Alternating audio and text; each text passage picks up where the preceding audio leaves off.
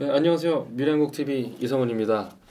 오늘은 그 문재인 정부가 출범한 지 일주일 정도가 흘렀습니다. 그래서 참 정권이 출범하자마자 참 많은 일들을 지금 하고 있고 매일 기사가 되고 있는데, 그럼 문재인 정권 일주일을 어떻게 볼 것인가, 그리고 좀 향후 이 정책들이 시행됐을 때 어떤 일들이 벌어질 것인가, 이걸 좀 이승수 씨와 함께 얘기해 보도록 하겠습니다. 네, 안녕하십니까. 네. 전국에 계신 미래한국 시청자 여러분 안녕하십니까. 지난번에 이어서 또 인사를 드리게 됐습니다. 대단히 반갑습니다. 네.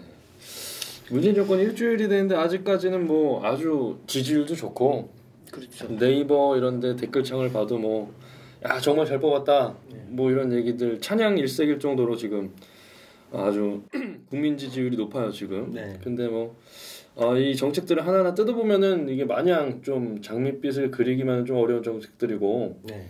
그런 부분 한 가지씩 얘기를 해봤으면 좋겠습니다. 사실 지금 어찌 보면 국민들의 지지도 굉장히 높은데, 네. 저는 어찌 보면은 뭐 높을 수밖에 없다 이렇게 생각이 돼요. 왜냐면 지금 국민들이야말로 자기 손으로 대통령을 끌어내리고 지금의 정권을 탄생시킨 네. 어찌 보면 주역들 아닙니까? 그렇죠. 근데 자기들이 해난 일이 있기 때문에 어찌 보면 지금 정권이 무슨 행동을 하더라도 네. 사실 지지 안 하기 힘들 것 같아요. 지금 언론도 마찬가지고, 특히나 뭐 보수 언론조차도 함부로 얘기할 수 없는 게 어찌 보면 본인들이 이 사태를 다 만들어냈지 않습니까? 맞습니다. 그런데 뭐 거기에 대해서 또 한다는 건 좀 당분간은, 그래서 어찌 보면 참 문재인 대통령은 운은 참 좋다. 뭐 된 것도 운이 좋으셨지만, 그렇죠. 지금 분위기 자체도 아마 초반에 드라이브를 걸기에 참 고침이 없을 것 같다. 뭐 그런 생각이 좀 듭니다. 그래서 마치 준비했다는 듯이 이제 많은 정책들이 쏟아지고 있고, 네. 실제로 뭐 바로 시행을 하고 있어요. 뭐 취임하자마자 이제 국정교과서를 폐지하라고 네.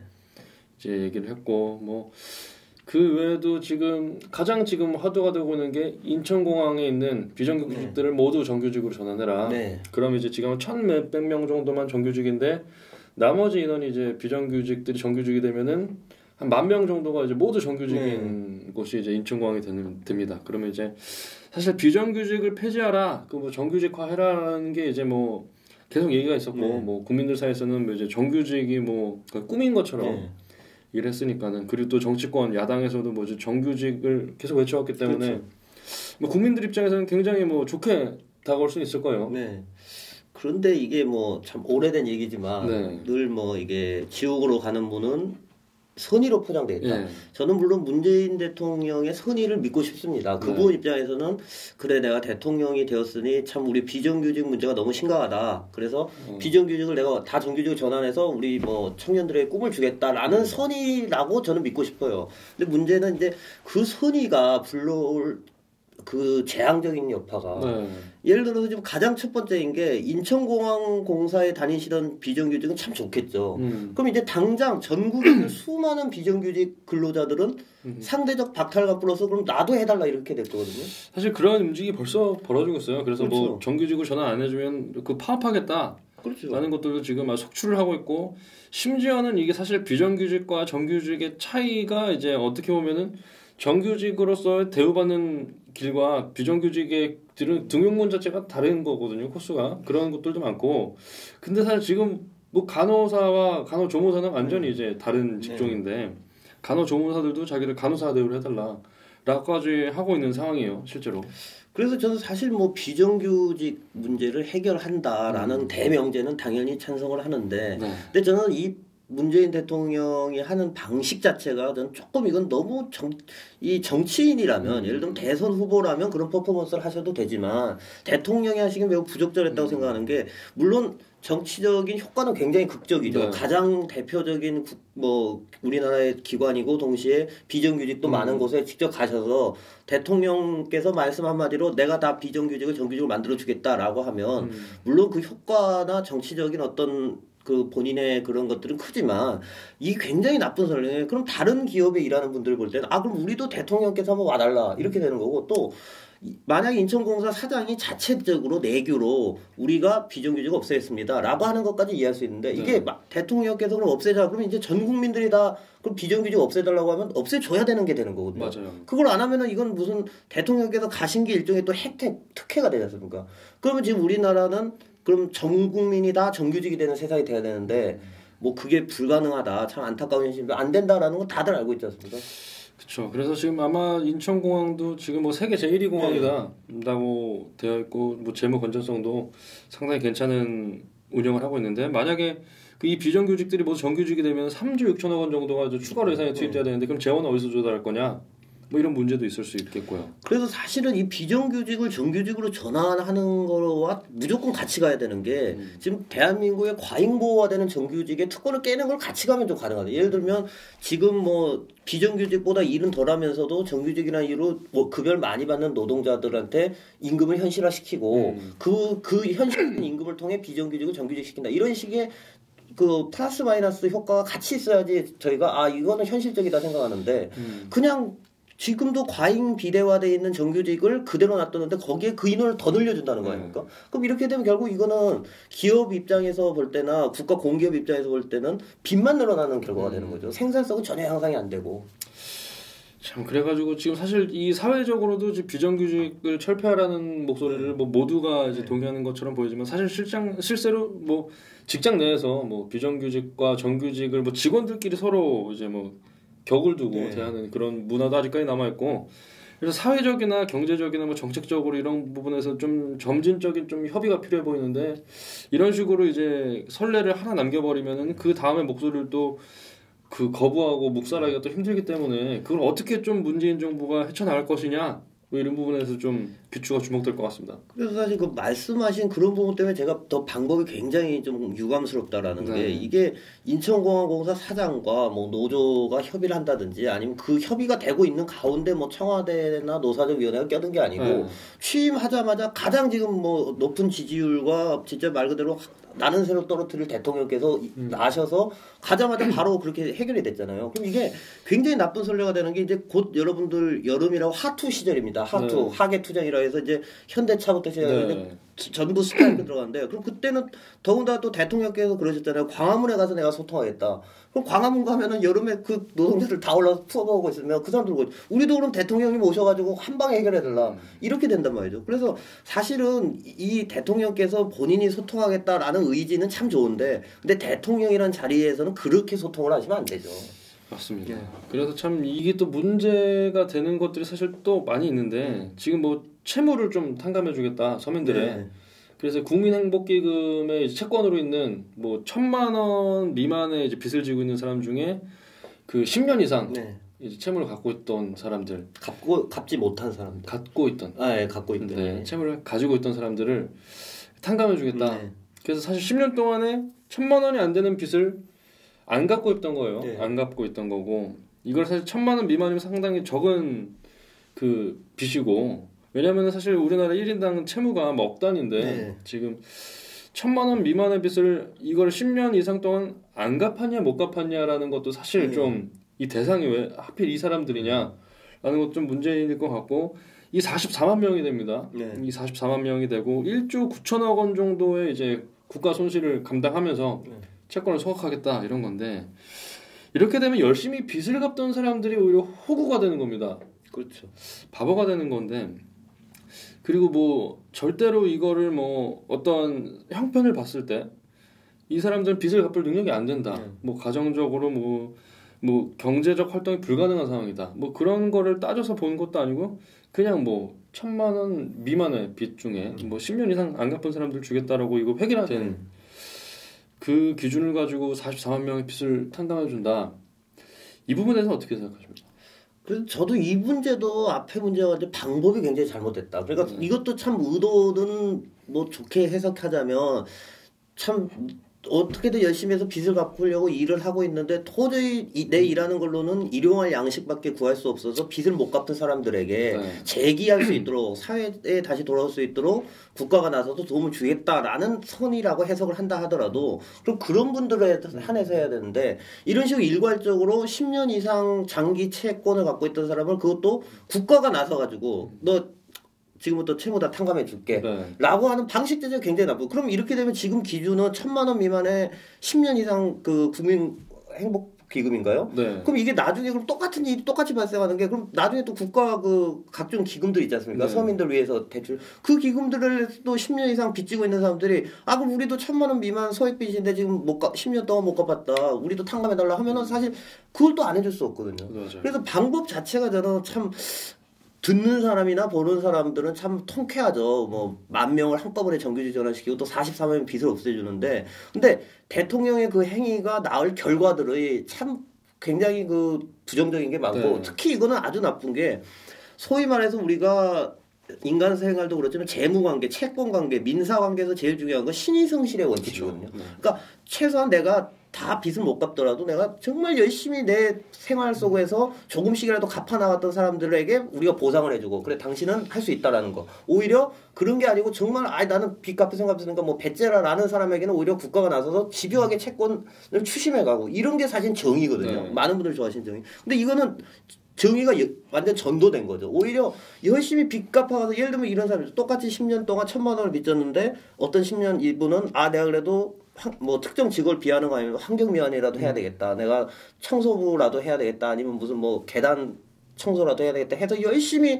돈 벌어서 딱 9년 6개월 만에 돈을 다 갚고 자기는 월세방 사는 사람하고 그냥 나라에서 주는 뭐 연금 받아가면서 나는 돈 안 갚고 이렇게 10년 산 사람하고 있는데 그럼 결국 그 10년 산 사람한테 빚을 탕감해주면 열심히 일해서 빚 갚은 이 사람은 그 10년을 오히려 나라가 앗아가 버리는 거예요. 그렇죠. 바보 돼서 만드는 거예요. 사실 이게 그 서민들 성실히 살아가는 서민들의 굉장히 기운을 빠지게 하는 그래서 사실 성실한 서민들의 이제 근로 그리고 노동들이 이제 결국에는 이 전파가 돼서 사회 발전되는 뭐 국민 도덕성이나 그런 양심에도 사실 좀 그런 긍정적인 확산을 시켜야 되는데 이런 사례가 이제 계속 나온다 그러면은 사실 근로 의욕도 떨어지고 뭐 국가를 위해서 내가 충성할 이유가 있냐? 라는 생각도 하게 되고 결국 국민의 전체적인 그 도의를 좀 하락시키는 그런 사례가 되지 않을까 싶어요. 저는. 아니 그래서 사실 국민 행복기금 자체도 사실 뭐 이번 문재인 대통령의 채무 탕감도 문제가 있는데 저는 사실 이건 MB 정부나 혹은 그 전에 박근혜 정부에서도 서민을 위한 대출을 만든 건 좋았는데 당시 무슨 말이 돌 정도였냐면 이 돈 못 타먹는 놈은 바보다 이런 얘기가 돌았어요. 그러니까 심사도 제대로 안 하고 그러니까 이 사람이 정말 근로 의욕이 있는지 아니면 어떤 창업을 해서 뭔가 시도하려는지 아니면 진짜 나라 돈 눈먼 돈 먹고 배째라는 사람인지 구분도 안 하고 막 대출해 줬거든요. 근데 그러다 보니까 당연히 지금 와 보니까 그때 어찌 보면은 제대로 심사했으면 받아가서는 안 될 사람 혹은 받아서는 안 될 사람들이 다 빠져나가지 않았기 때문에 지금 이렇게 된 거예요. 근데 이번에 또 국가가 나서서 그런 사람들도 일괄적으로 해준다. 그런데 또 한편으로 복지한답시고 이 비슷한 거 계속 할 거거든요. 서민대출. 그럼 이제 국민들은 딱 이제 우리나라 국민들이 나쁜 사람들이어서 아니고 배운 거죠. 살아보니 이거 살아보니까 나라에서 기금한대요. 그거는 일단 빼먹고 보자. 그게 못한 바보다. 이렇게 되는 거죠. 그렇죠. 사실 그래서 이게 전 되게 우려가 되는 게 뭐냐면은 이런 선례를 하나 남기면은 이게 한 몇십 년을 갑니다. 이게 왜냐면은 사실 이 대한민국의 이 현대사 뭐 산업화 역사를 박정희 대통령이 없이는 설명할 수가 없는데 사실 박정희 대통령도 정권 초기에 이제 그 농민들의 빚을 탕감해 줬잖아요. 사실 근데 그때 농가의 빚을 탕감해 주는 건 굉장히 뭐 좋은 의도였지만은 사실은 그 이후에 농민들이 자꾸 빚을 지고 뭐 때 되면 뭐 탕감해 주고 이런 걸 기다리고 하던 게 사실 그 60년대에 그 정책이 아직까지도 이게 악습이 되어가지고 농가의 이런 그 부채 문제나 이런 것들이 아직까지도 좀 이어지고 있잖아요. 근데 이제 농가만 해도 이제 그런 문제가 지금 발생이 돼서 지금 2017년까지도 이제 농가의 빚 문제가 이제 계속 대두가 되고 있는데 사실 이 지금의 이런 국민행복기금에서 이제 소액의 빚을 진 사람들을 탕감해준다 이러면은 그 일반 도시 노동자들이 이걸 어떻게 받아들일까? 이 대한민국의 미래에 엄청난 국민도를 하락시킨 게 아닌가? 그리고 이게 또 하나가 국민 도의라는 문제뿐만 아니고 앞으로 실제 진짜 돈이 급해서 돈 빌려야 될 서민들한테 불이익이 가는 게 자꾸 이런 식으로 이게 어찌 보면은 계약인데 재산권에 대한 것인데 이거를 지금 국가가 일방적으로 나서서 한쪽 편을 들어준 거잖아요. 그럼 이제 이게 오히려 이 44만 명만이 문제가 아니고 앞으로 진짜 돈을 빌리고 싶은 사람들도 오히려 국가의 눈먼 돈은 뭐 엄한 사람들이 타가고 필요도 없는데도 일단 타가자 해서 타가고 그럼 이제 정작 이제 제도권 소위 말하는 은행이나 뭐 신용금고나 아니면은 사채시장 쪽에 가려면은 이 사람들 또 그럴 거예요. 야 국가 저거 안 돼서 우리한테 왔으니까 너는 금리 더 내라 이런 식으로 갈 거란 말이에요. 오히려 자금 시장에서 봤을 때 국가에서 저리로 빌려준 것조차도 나라가 나서서 다 탕감해버리면 그리고 이번에 이거와 함께한 게 뭐 이자 제한법 한다잖아요. 네. 그걸 뭐 20%까지 통일한다는데 그렇게 되면 이제 결국 진짜 돈 필요한 서민들은 얌체 같은 사람들한테 밀리고 또 민간 시장 가서는 거기서는 또 이자 제한법 때문에 2번 죽어나가고 이런 결과가 난단 말이죠. 그래서 사실은 국가에서 저리로 빌려주는 것 자체도 특혜인데 그것조차도 갚지 마라라고 해버리면 이건 이제 진짜 근로의욕을 가지고 말씀하신 것처럼 내가 그래도 지금 돈 빌리지만 내가 열심히 일해서 갚아야 되겠다라는 정말 근면성실한 국민들을 바보 만드는 것뿐만 아니라 그 사람들한테 오히려 가야 될 돈이 못 가게 만드는 것 같아요. 네, 맞습니다. 그리고 지금 뭐 이 문제에 대해서도 뭐 할 말이 많지만은 뭐 다른 얘기를 좀 해야 되니까는 그 이제 오늘 나온 얘기인데 뭐 여름철 휴가비를 정부에서 지원해주겠다. 이건 또 문체부에서 550억 정도의 돈을 들여서 뭐 그것도 근로자가 한 10만 원에서 20만 원 사이를 좀 출원을 하고 기업에서 10만 원을 출원하고 정부에서 10만 원을 출원해서 약간 뭐 이거를 뭐 적립하는 방식으로 해서 휴가비로 쓸 수 있게 하겠다라고 하는데 사실 이제 국가에서 휴가비까지 뭐 준다. 그리고 그것도 기업에서도 이제 어떻게 보면 삥을 뜯기는 겁니다. 10만 원이라는 돈을. 그러니까 일종의 이제 강제 적립이죠. 그렇죠. 그런 것도 모자라서 이제 사실 국가가 자꾸 뭘 해줄수록 국민들은 더 바라게 되는데 이것도 문제가 뭐냐 550억을 출원을 하면은 뭐 10만 원을 나눠봅시다. 그러면 55만 명, 55만 가구인데 대한민국의 전체 가구가 지금 2천만 가구가 있는데 55만 가구만 해준다. 그것도 형평성에서도 이제 문제가 되고 누군 해주고 누군 안 해줄 거냐. 그리고 이제 국가에서 휴가비를 준다고 했을 때 그럼 국민들은 감사할까 아니면은 일단 받아먹고 다음에 뭔가를 더 바라게 될까 이런 문제가 발생하게 되는 거죠.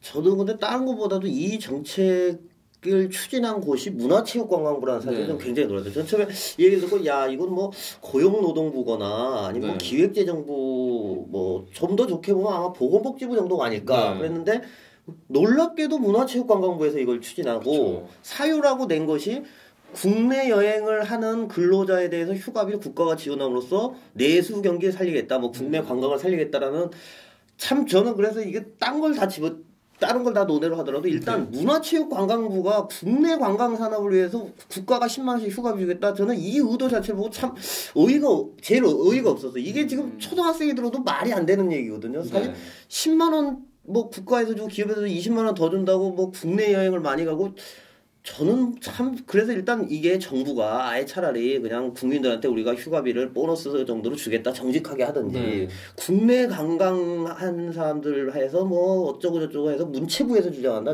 이게 자체가 말이 안 된다고 보고 그리고 말씀하신 것처럼 그럼 전 국민한테 주던가 차라리 보편적 복지 무차별 복지 좋아하시잖아요. 그러면 휴가도 그럼 뭐 전 모든 가구가 가야죠. 도대체 2.3%라고 하셨나요? 그거 어떻게 정할지 모르겠어요. 예를 들면 이미 지금 소위 말하는 공기업 대기업의 근로자들은 휴가도 충분히 받고 휴가 보상비도 나오죠. 그다음에 근로임금으로 충분히 해외여행 다 가고도 남아요. 그럼 그런 분들한테 사실 10만 원 준다는 건 약간 그거거든요. 해외여행 갔을 때 뭐 그냥 뭐 햄버거나 몇 번 더 사 먹을까? 뭐 레스토랑 한번 갈 돈인데 도대체 2.3%는 뭘로 정할지는 저는 기준도 모르겠고. 그렇죠. 그래서 참 이 부분에 대해서도 참 논란거리이자 사실 휴가비까지 국가에서 대준다 이랬을 때 이 사실 지금 생각해 보십시오. 지금 우리나라가 지금 2017년인데 뭐 2000년대 초반까지만 해도 국가가 뭘 해준다는 개념 자체를 생각을 안 했습니다. 근데 지금에 와서 2000년대에 있는 사람이 2017년에 있는 사람들을 보면은 국가에 대해서 굉장히 감사하는 마음이 들어야 되는데 2000년도와 지금 2017년의 국민성과 국민들의 이제 정부를 바라보는 태도를 봤을 때는 사실 2000년대에 있었던 국민들이 더 낫다. 오히려 국가에 대한 뭐 존경심이나 뭐 지도자에 대한 뭐 생각 이런 것들이 거의 뭐 지금 바닥을 치고 있는 것 같아요. 지금 대비를 해보면.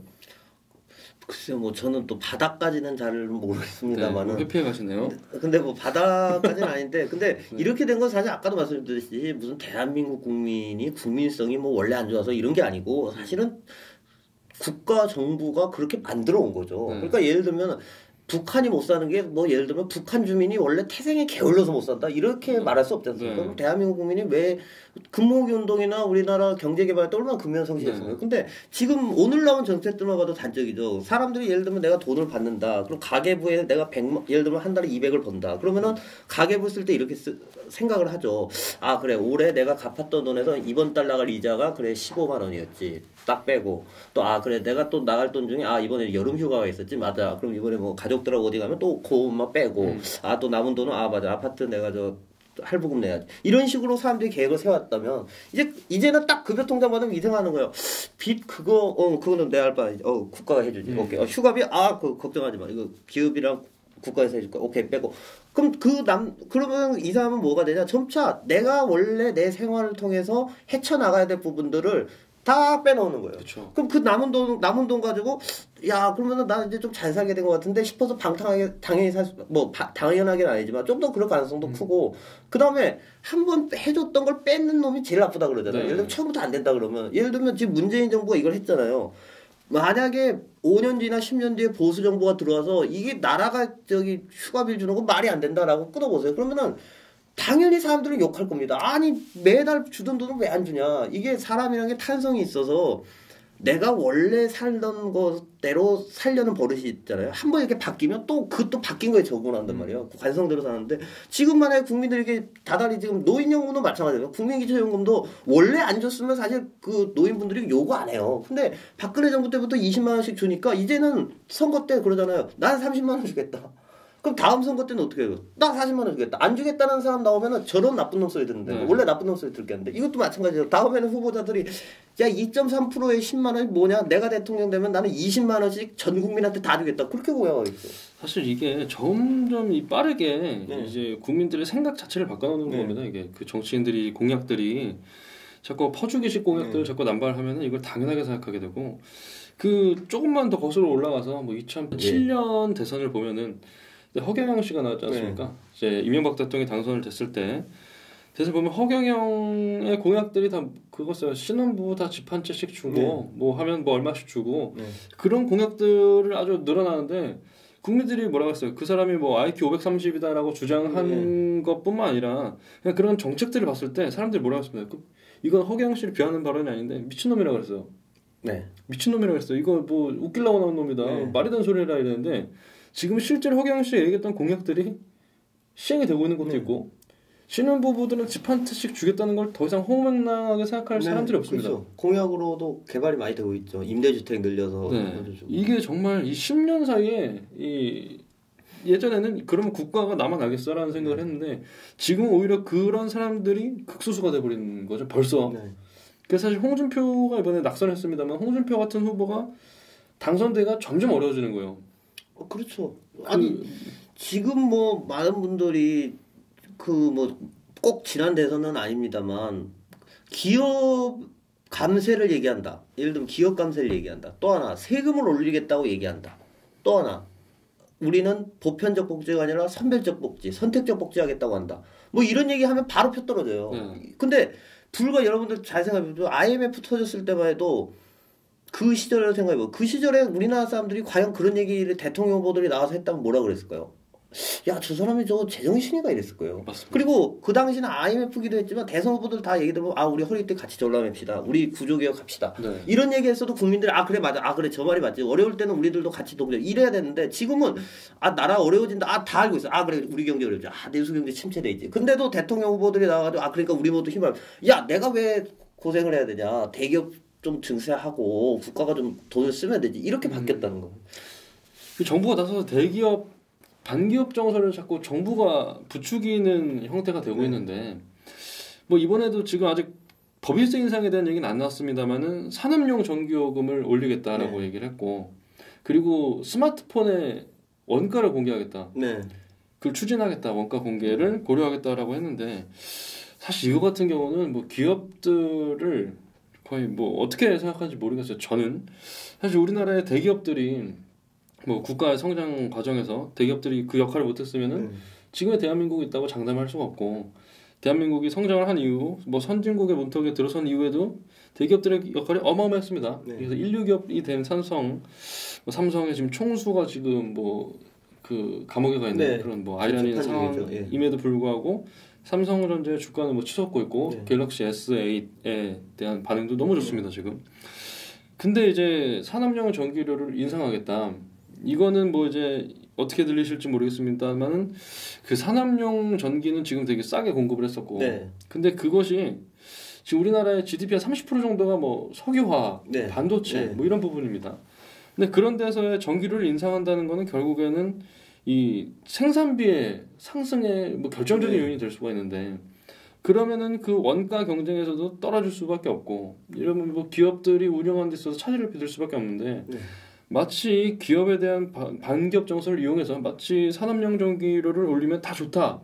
뭐 이렇게 지금 국민들은 아마 서포트를 할 거예요. 근데 그렇게 되면 사실 기업의 경영 그리고 국가의 세금이 거치는 것에서 긍정적 영향을 줄 것이냐라는 것에 의문이 들 수밖에 없죠. 그래서 저는 일단 두 가지를 말씀드리면, 하나는 모르겠습니다. 그 반기업 정서, 대기업 정서 했는데, 뭐 미래한국 TV가 뭐 맹목적인 대기업을 추종하는 그런 세력들은 아니기 때문에, 예를 들면 저는 이런 건 있어요. 예를 들면 대기업 정말 누가 봐도 뭐 예컨대 대기업 회장이라고 뭐 자기 비자금 만들다든지, 아니면 뭐 자기 자식들 개인하기 위해서 탈법을 했다든지, 아니면 뭐 그건 가끔 있잖아요. 진짜 악질적 횡령이라는 배임도 있고, 맞습니다. 내지는 뭐 정말 이거는 법에는 안 돼 있는데도 뭐 자기 개인의 소유를 하기 위해서 뭐 탈법을 한다든지, 이런 거에 대한 징벌을 강화해야 된다. 이건 당연히 해야 된다고. 이거는 보수 정부에서 더 강하게 해야 된다. 근데 그거랑 그러면 근데 지금 아주 우리나라에서 지금 두 가지를 혼동하고 있는데, 하나는 대기업 혹은 재벌이라 불리는 사람들의 잘못된 행태랑 그럼 그 행태에 대한 처벌이랑이 일치를 안 한다는 거예요. 그러니까 예를 들면 아까도 말씀드렸지만, 만약에 대기업 오너가 자기 기업을 운영함에 있어서 굉장히 사익을 추구한다. 그러면 그 사익을 못하게 만드는 거에 처벌을 집중해야지, 엉뚱하게 다른 기업 경영이나 품질, 뭐 다른 아주 경영의 본질적 요소를 제재한다든지, 이거는 앞뒤가 안 맞는 거거든요. 또 하나는 기업에 대한, 정말 내가 때려도 나는 정말 삼성이 싫다, 난 정말 현대 이런 대기업들이 싫다 그런데, 근데 지금 예를 들면 산업용 전기 같은 건 산업 전반에 관한 거거든요. 그럼 여기가 생각 못하는 게, 그래 우리 중소기업들이 대기업한테 착취당하지, 저 재벌 저것들이 다 나쁘지, 저는 때려잡아라. 근데 막상 산업용 전기는 모든 산업 똑같거든요. 그러면은 중소기업 공단에 들어가는 공장들도 다 올라가는 거예요. 그럼 막상 그 사람들은 이게 뭐야 이렇게 돼요. 거기 근로하시는 분들이 대기업 욕하다가 잠깐만 우리 그쵸. 이렇게 그러니까 사실 산업용 전기라는 게 우리가 생각할 때 이건 대기업들이 싸게 먹는 거 아닙니다, 여러분. 우리나라는 대기업보다 중소기업이 많죠. 그럼 그 중소기업도 다 같이 혜택을 보고 있는 건데, 그러면 차라리 대통령께서 화끈하게 재벌을 때려잡고 싶으면 대한민국 5대 기업의 산업 전기만 올리겠다 뭐 이런 식으로 하시든지. 아니 산업용 전기 올리면 그 진짜 지금 어려운 공장들도 다 원가 올라가고 다 힘들어지는 건 똑같죠. 그래서 저는 우리나라 국민 여러분들도 잘 판단해야 된다고요. 대기업의 못된 행동, 정말 대기업 오너의 일탈, 뭐 조연하라 사건이라든지 뭐 이런 것들에 대해서 그 부분에 대해서 딱 집중해서 처벌을 딱 강하게 하고 못하게 해야지, 엉뚱하게 기업 경영 자체를 뭐 못하게 한다는 건 말이 안 되는 거고, 또 하나 정말 대기업이 미우면 차라리 이번 정부에서 그럼 그 대기업만 타깃으로 하던가 산업 전체에 영향을 미치는 이런 정책을 그냥 딱 그 몇몇 기업들 국민들이 싫어한다고 해버린다. 이거는 정말 교각사루라고 큰 우려가 오는 겁니다. 아까 잠깐 얘기를 꺼냈습니다만은 그 스마트폰의 원가를 공개하겠다. 저는 그래서 이 의문이 하나 들었던 게, 그럼 애플한테도 공개를 하게 시킬 건가? 라는 생각이 들고, 애플이 그럼 공개를 해줄까? 그리고 이게 스마트폰의 원가를 공개하겠다라고 하면은 사람들은 이렇게 생각할 거예요. 스마트폰이 원래 얼마인데 그 정부의 목적도 그거 아닙니까? 원가는 얼마인데 지금 이렇게 이 가격에 판다. 라고 해서 이제 국민들의 이제 원성을 사고 기업은 이제 원가를 낮추고 뭐 그런 효과를 좀 기대하는 것 같아요. 그거 아니고서는 이게 이유가 없어요, 하등에.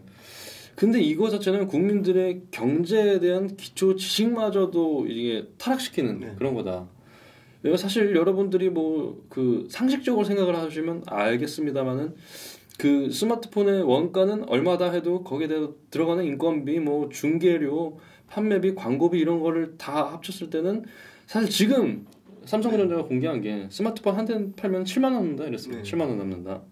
근데 우리나라가 그렇잖아요. 예전에 통큰 치킨이 5천 원에 팔 때 그 난리가 났던 것도 닭의 원가가 얼마인데 지금 이거에 판다 라고 난리가 났던 건데, 사실 이렇게 되면 원가에 집중을 해가지고 보게 만드니까 다른 경제 구조에 대한 그 지식 자체를 파괴시키는 거예요. 그래서 사실 양심도 없게 만드는 거고 국민들은. 저는 그래서 사실 이런 걸 참 어떻게 정부처럼 여러분들 아마 기억하시지 모르겠는데 저희 또래 분들은 중고등학교 급식하면서 그런 놀이 많이 했어요. 야, 이게 우리가 다달이 내는 급식비가 뭐 얼만데, 야, 계산해보자. 야, 오늘 나온 거 보니까 쌀이 이만큼 쓰고 국이 막, 야, 이거 원가 아무리 따져봐도 1,600원밖에 안 되는데 왜 급식비가 5,000원 나와? 야, 이거 완전 사기다. 이런 생각도 많이 했을 거예요. 그럼 똑같은 생각이에요, 사실. 원가만 딱 따져가지고, 야, 삼성 스마트폰 가져와봐. 그래서 다 분리해가지고, 야, 이거 보니까 배터리도 녹여가지고, 야, 이거는 텅스텐이 얼마? 이거 원가 계산해봐라. 그러면, 야, 씨, 이 자식들 이렇게 많이 남겨보고, 이런 바보 계산을 하고 있는 거예요. 여러분들 그러니까 원가만 딱 듣고 야 원가에 저렇게 많이 후려쳐먹고 저런 나쁜 놈들 이렇게 따지려면 여러분들 그 좋아하시는 명품 있잖아요. 그거야말로 정말 원가가 정말 말도 안 되는 거예요. 오히려 핸드폰이라는 거는 차라리 그 안에 들어가는 직접 기술체 예를 들면 그렇죠. 마이크로칩 하나가 단순히 분해해보면 그냥 원소들이에요. 그 규소 얼마 요거예요. 이 가격하고 이 가격하고 천양지차 차이 나는 건 당연한 거죠. 이거 집정회로 기술이니까. 오히려 그 명품 백들을 그거 정말 가죽이잖아요. 박음질 오로지 그 디자이너의 그거 들어갔다라는 거 이유로 뻥튀기 먹잖아요. 근데도 우리나라 사람들이 샤넬에다 전화해가지고 아 샤넬 원가 얼마죠? 아 이거 불매운동 안 그러잖아요. 그리고 또 하나만 더 말씀드린 건 우리나라에서 정말 그래도 어려운 분들이 있으면 그분들이 핸드폰을 못 산다 그러면 그거에 국가 보조금 주는 것까지 저는 오케이 그것까지 할 수 있다고. 예를 들면 정말 소득이 너무 어려운 아이들인데 스마트폰 반에서 혼자 없다 그러면 그 아이들한테 보조금 주겠다. 그건 이해가 가요. 근데 지금 우리나라 24개월 할부제도 하죠. 각종 보조금 받죠. 한 달에 그러면 진짜 100만 원짜리 그 스마트폰 신제품이 나와도 한 달에 10만 원 정도 내면 다 써요. 네. 그런데 그거 지금 안 쓰는 사람도 있어요. 그리고 여러분들 생각해보세요. 스마트폰이 자꾸 왜 이렇게 비싸냐고 근데 왜 비싼 걸 쓰세요 그럼? 제가 거꾸로 질문하고 저 같은 사람은 지금 저 이거 공개할 수는 없는데 보여주세요. 지금 이 모델 지금 저는 3년째 쓰고 있어요. 근데 왜 쓰냐?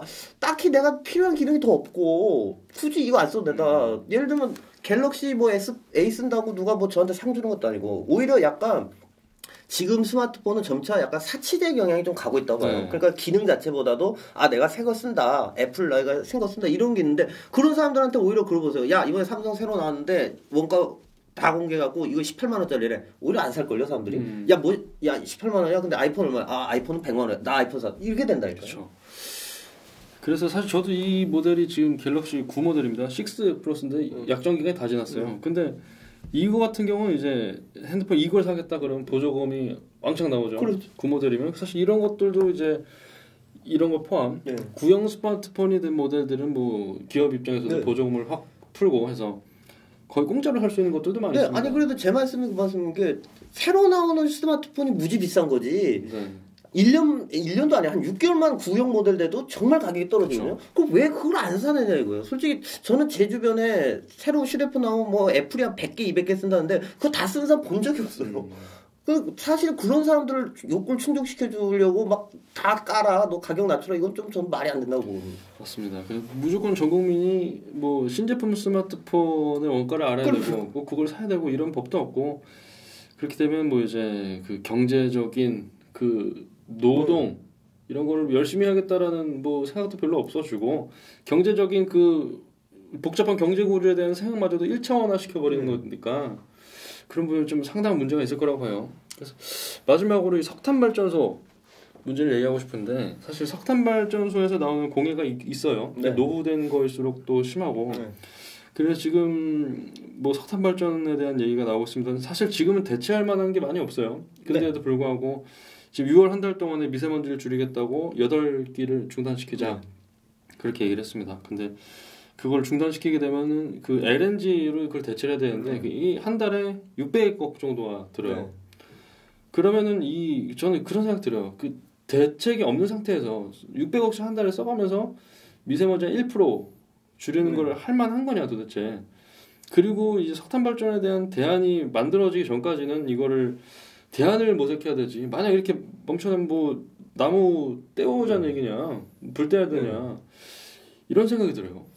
저도 그래서 오늘 얘기하다 보니까 잠깐 든 생각인데 혹시 석탄 발전소를 멈추면 한전에 전기료가 나올 데가 없으니까 그걸 4, 5명 전기값으로 올려서 받으려나? 저는 순간 그런 생각이 들 정도인데 아니 사실 이거 굉장한 오해에 기초하고 있는데 예를 들면 원자력 발전소도 마찬가지로 특히나 뭐 모르겠습니다. 민주당 어쩐지 모르지만 정의당 쪽에서 원전 폐기하겠다 그랬잖아요.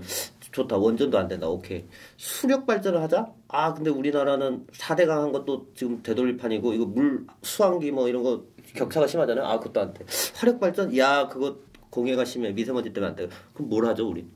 그러니까 그렇다고 나무 떼야 되나? 예, 아니 그러니까요. 그렇다고 이제 딱 좋은 게 옛날에 우리 연탄 나무 떼던 시절 있잖아요.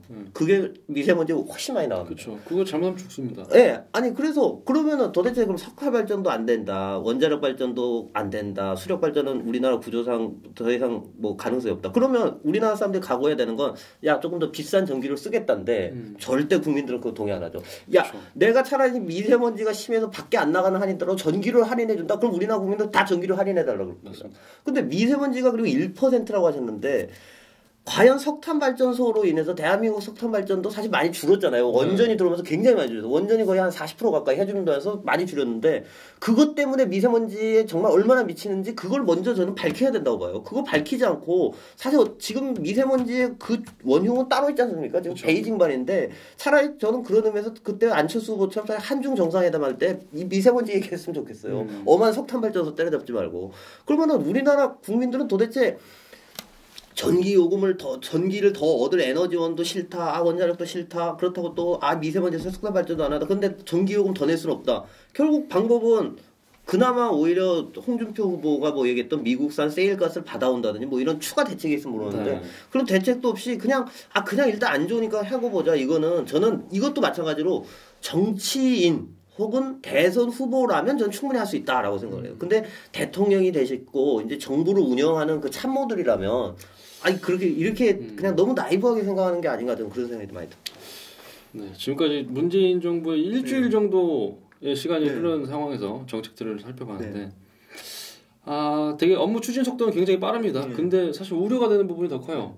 국민들은 단적으로 생각하면 이걸 좋아할 수도 있는데 사실 이 대한민국 10년, 20년 향후의 국민성을 타락시키고 그리고 또 이 국가의 발전에 긍정적인 영향을 주기보다는 부정적인 영향을 줄 가능성이 더 높은 그런 정책들이 일주일도 안 돼서 이렇게 쏟아져 나오고 있는 게 아닌가 싶어요. 그래서 좀 저는 걱정이 더 먼저 앞서고 뭐 국민들의 이런 의식을 너무 그 단순화시키는 거 아닌가라는 게 첫 번째고 국가 경제가 좋아지진 않을 것 같다 이렇게 하면은 그런 생각이 두 번째로 들어요.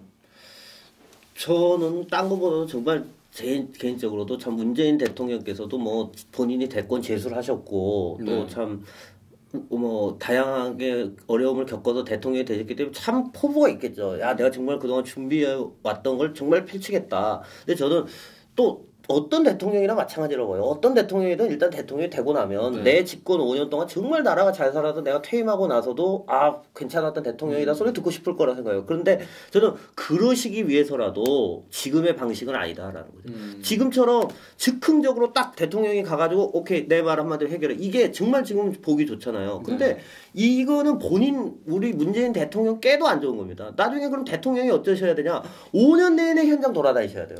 초기에 이러셨는데 또 만약에 1년 지났는데 대통령께서 현장 안 찾아와요. 그럼 사람들이 뭐라고 하겠습니까? 아니 취임 초에는 그렇게 막 사람들 돌아다니면서 민원 해결 잘해주더니 이제 대통령 바뀌었다 이러잖아요. 그렇다고 또 5년 내내 대통령께서 이거 다 쫓아다니면서 문제 해결해줘봐요. 그러면은 대통령께서 하셔야 될 일은 정작 못 하시는 결과가 나거든요. 그러니까 오히려 대통령 본인을 위해서라도 지금의 방식같이 국민들한테 통쾌하다라는 인상 주는 것보다는 조금 더 심사숙고하고 때로는 국민들이 왜 이렇게 좀 답답할까 싶더라도 제대로 된 정책을 하시는 게 퇴임 후에 정말 조동근 대통령으로 기억되는 길이다라는 고언을 좀 드리고 싶습니다. 네, 말씀하신 대로 참 많은 포부가 있을 거예요. 사실 우리나라 재수를 해서 당선된 대통령은 처음입니다. 재수를 하자마자.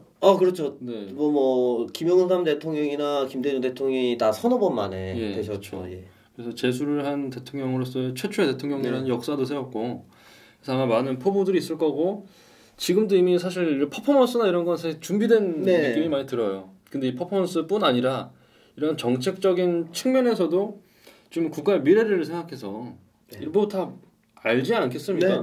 그래서 그런 부분을 좀 생각해서 좀 정책을 펼쳤으면 좋겠다. 뭐 이런 생각을 하면서 오늘 이 방송을 마치도록 하겠습니다. 네, 고맙습니다.